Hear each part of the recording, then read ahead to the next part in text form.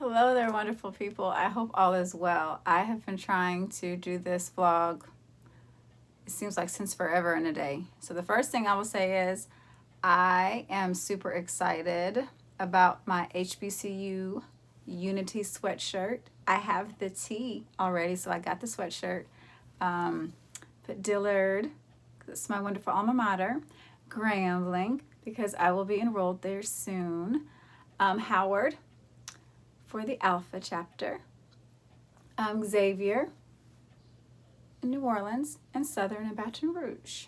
So their handle is HBCU Unity, I think T on Instagram. But if you search HBCU Unity, you'll find it. They are a great company. It's awesome quality. And I'm going to be a customer for life for sure. And then this lip color is Pat McGrath, one of her beautiful creations. It's a mini matte trance, and I can't remember the name of it, but thank you, Pat, for your wonderful creations. I've worn at least 4 of the colors that I've purchased, and they're all beautiful and just completely complement my skin tone. So I'm grateful for that. Now, I am a post-it note person. Like, I like to write my notes down on post-it notes so I can go back to it. And I had a post-it note with things that I was going to talk about, but I can't find it. I wrote it a couple of weeks ago and now I can't find it. Haha. But today I had a DM conversation with an awesome fellow Dillard grad, and we talked and shared about our experience with being at Dillard University and how that helped us to realize we became self-actualized and embraced who we were, as young black women, who have ties to the West Indies or to the Caribbean. And it was a short conversation, but it was a great conversation. And so it made me think about this, because one thing I shared with her was when I first moved to Houston, Texas, and I was out and about, on the scene, going to museums, going to art shows, going to poetry readings, lounges, just enjoying the scene. I remember I kept meeting West Indian men. And I think I've been told recently that saying West Indian is rude, that it's disrespectful. And I say West Indian because that's what my grandfather said. And he was born and raised in Barbados. And that's what my mother says. And so I don't say it to be disrespectful. But that's what I heard growing up. And then that brings me to a point. I remember I was in college and we must have read a piece by a West Indian writer or a Caribbean writer, and the professor, and so I said the word Bajan, and the professor told me that I was saying the word incorrectly, that it's not Bajan, it's Bajan. And so I was like, oh, is it? And she was like, yes, Bajan is wrong. You shouldn't say it like that. And I was just like, that's interesting, because my grandfather's from Barbados and he says Bajan.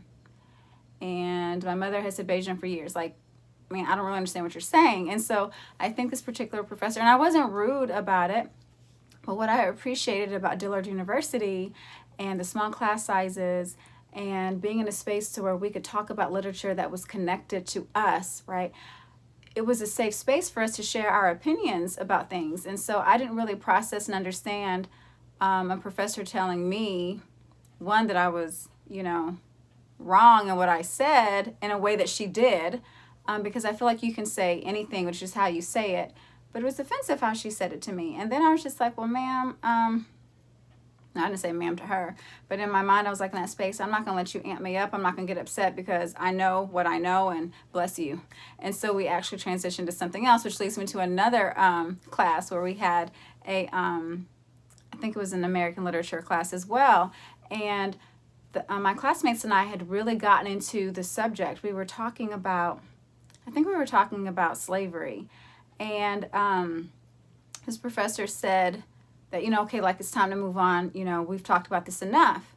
And so I was just like, say what now? Because, at that point in time, my mind, I wasn't thinking about the fact that being a high school teacher was not on my radar.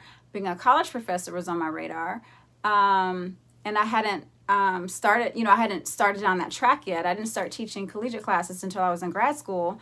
But to find out here recently, I thought I was a third generation educator. My great aunt was like, no, you're a fifth generation educator, which that in itself is just amazing to me. And I'm just so grateful that God blessed me to be a part of this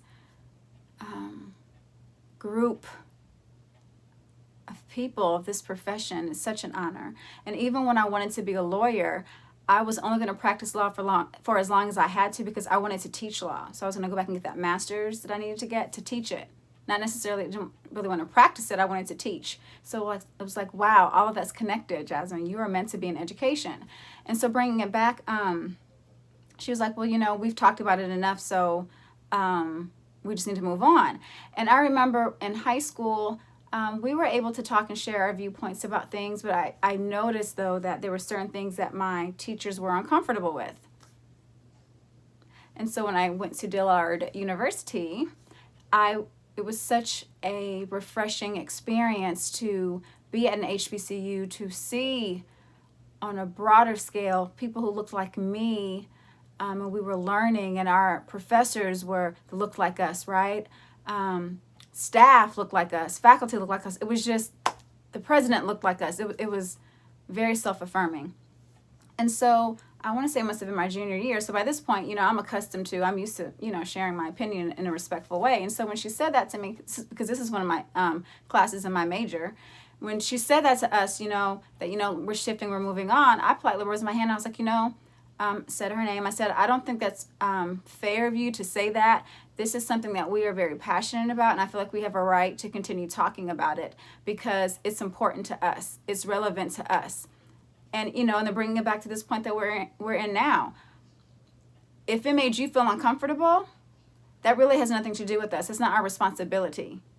That's not our issue that you're uncomfortable, because this is a healing space for us and us talking about this. And as an educator now teaching high school students, that's what I encourage my students with. Like, you can intelligently and politely share your viewpoint and it be okay. Because if literature is about interpretation, and as long as I can use the text to support what I'm saying, you can't tell me I'm wrong, and then you sure enough can't tell me that we can't talk about it. And so, and then I even went on to make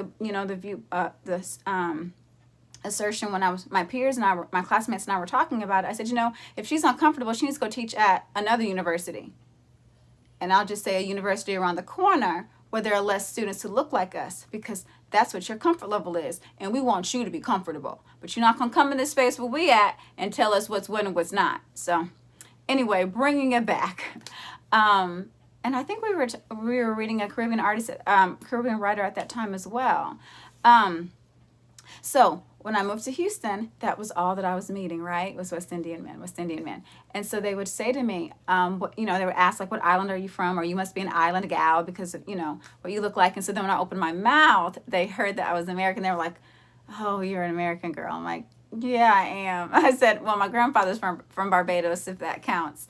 But I remember I just developed this affinity, or this admiration for not only for West Indian men, but people from the West Indies, because I noticed that at Dillard, those who were from the Caribbean, who were from the islands, to me, they just had this beautiful sense of self and self-confidence, that was just so empowering for me just to observe that. And I loved it. I responded to it wow, that encourages me, to feel the same about my African American heritage, right? And not just my African American heritage encompassed in when the Africans were brought here in chains and made slaves, because they were free when they were in Africa. And when people use that space of saying, but Africans had slaves, it was indentured servitude, okay? And it was not what it was, what American slavery was here. So I can't stand it when people try to use that as a justification for American slavery, for something so you'll say that when someone mentions something about slavery, but then on the other side of it, you want to say slavery didn't happen. Bless your heart. And until America can be truthful about it, there's still going to be said issue. Okay? Reparations don't ever seem to be on the table. Because if people make assertions, They're going to spend the money frivolously and la la. First of all, it don't matter how we spend it. Don't matter how we spend it. Because when you have generational wealth and it's passed down from generation to generation, all the foolishness happened early on in the generations maybe, right? And then by that point in time, you were able to teach younger generations how to spend and invest in a better way. So let that be a learning curve. So maybe some of us do just trick off with the money. So what? Our ancestors earned it. And I did not mean to even talk about this, but I'm going to talk about it for a minute. Because let's talk about this. So if slaves were able to earn the money that they generated from being slaves, the tables will clearly be turned now. But we don't want to talk about that, do we? Because the tables will be turned. People were stolen from land, and I don't want to hear nothing about, but they were sold to, I don't want to hear it, stolen from land, brought to another land, forced to work for free, treated less than animals, raped, families torn apart, lynched, beaten to death, all kinds of things. And the descendants of those once free people are still here and still persevering in spite of the atrocities that are still happening to us today. Because we're resilient. But our resilience doesn't mean that what happened was okay, and it doesn't mean that now it's being ignored now. Because, you can't say just get over. Get over what? It's never been acknowledged. But you want me to forget it. But there are people who are still benefiting from it. Nah. And now, I am not in the space of, I'm not bitter, I'm not mad, I'm not angry, I don't hate people. I am a person who says, tell the truth. Tell the truth. Stop lying about it. I remember when President Obama was running for office, and at that point in time, I was teaching in a small town, and so there were small town ideals, of sure. But I always made sure to, when I talk to my students or I expose them to news or truths, I always gave them the tools to understand that it's very important to analyze and to consider and comprehend for yourself. And so I remember they asked me, like, Ms. Van, who are you voting for? And I said, I'll tell you all after the fact who I vote for. And I remember one child was like, oh, we know who she's going to vote for because, Obama looks like her. And I was just like, you'll see on the end of it, okay? But as we walk through the steps and stages of it, I made sure to tell my students, character doesn't have a race. Intelligence doesn't have a race. The most qualified person could have been green. It didn't matter to me. Now, was it a benefit to see someone who looked like me? Sure it was. But still in that sense, because initially I was a Hillary supporter because I was pro-woman. But then after I was investigating things and researching things for myself, I realized, well, okay, no, all right, not bashing her. I just was able to say, well, I'm going to support President Obama. Right? And so I didn't say that to my students until after he was elected. And so through the whole process of the campaigning, I was talking with them about that, like how to intelligently articulate things for themselves and to research for themselves and not just vote for someone based solely on this or based solely on that. Like, think about what's important to you and what this candidate is saying, and is it a representation, of who you are and what you want to do and what you want to be in the future.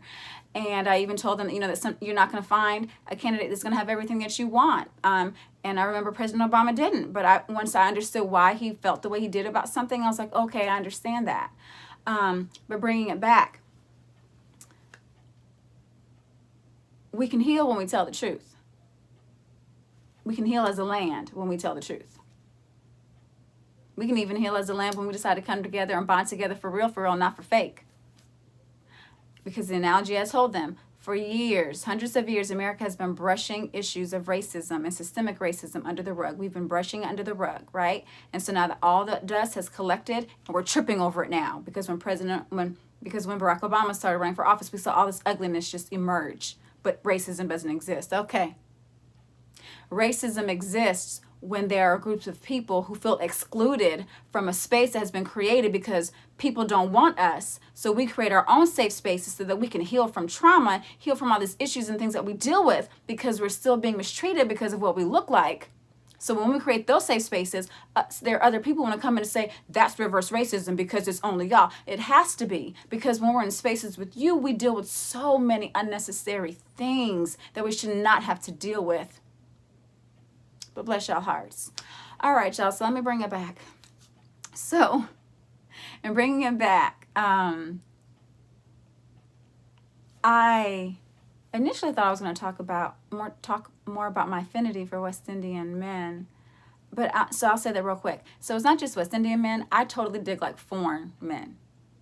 That's why Idris Elba is my ex-Hollywood husband. And he's my ex-Hollywood husband because he is married to his beautiful wife. And I'm so happy for them. So he's my ex-Hollywood husband, so I have to find a new one. But I noticed that trend with myself. Like, I totally dig, like, foreign men. But then, so that's just, like, that space, right? But to think about it, like, if people were to ask me, like, what your preference is, sure, everyone has a preference, right? But honestly, at the heart of all of it, what it's been for me for years upon years is a person who loves God. Truly loves God and has a relationship with him. Yeah, because that's who and what I am. I love God and have a relationship with him. So that's what's, like, super attractive to me. Sincerely having a relationship with God. I'm not talking about you just go to church. No, you walk with him. He walks with you.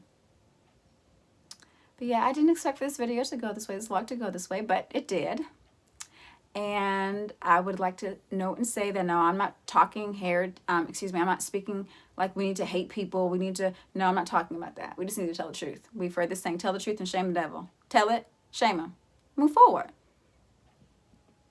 It may be hard to hear the truth, but the truth is what it is. And the truth stands. And the truth is going to prevail. And the truth is going to come out. We can try to ignore it all we want to, but it's going to come out. Just like with all the things going on with this COVID-19, this pandemic. We'll get the truth on the backside of it. I think we're seeing glimpses of it now, but we're going to get it when these documentaries come through and these reports really come through. We're going to get it. But what's sad about it is there's still people who are going to say it's not true. They're still going to deny it. And all you just can say, just bless their hearts. So, okay, wonderful people. I hope that you have, whenever you're watching this, an amazing day, an amazing evening, an amazing afternoon, a happy Monday, a happy Tuesday, happy Wednesday, happy Thursday, happy Friday, happy Saturday, happy Sunday. And I hope that you stay well and stay safe. I know a lot of places are opening up, different states are opening up. Please be safe. I did a post on my Instagram page where I said, I don't care, I don't care, I don't care. In my mind, outside is still closed. Still closed. Outside is still closed. I only go out when necessary. And when I do go out, I make a count. Take care of things, multiple things. To take care for the household that can't be handled from ordering from home or various things like that. So I just hope we're safe, y'all. Because we're going to make it to the other side of this pandemic. I just pray that we continue to be smart about it and wise about it. All right. Y'all have a good one.